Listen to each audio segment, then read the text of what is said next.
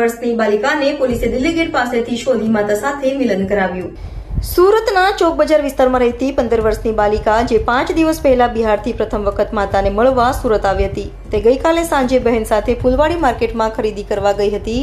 ત્યારથી તે ભૂલી પડી અને ઘરે ન પહોંચતા પરિવારે ચોક બજાર પોલીસને જાણ કરી।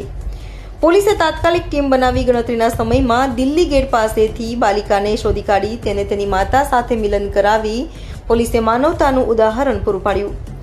આ ઘટનાથી ખુશ થયેલા સ્થાનિક રહીશોએ ચોક બજાર પોલીસ સ્ટાફ પર પુષ્પવર્ષા કરી લાગણીસભર આભાર વ્યક્ત કર્યો।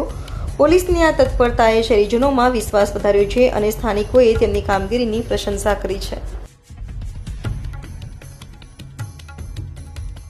कुछ ऐसा बनाव होने की वजह से वो कहीं चली गई थी।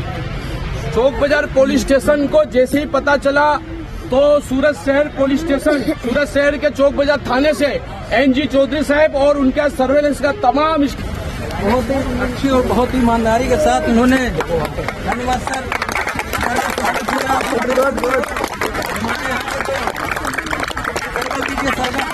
भाई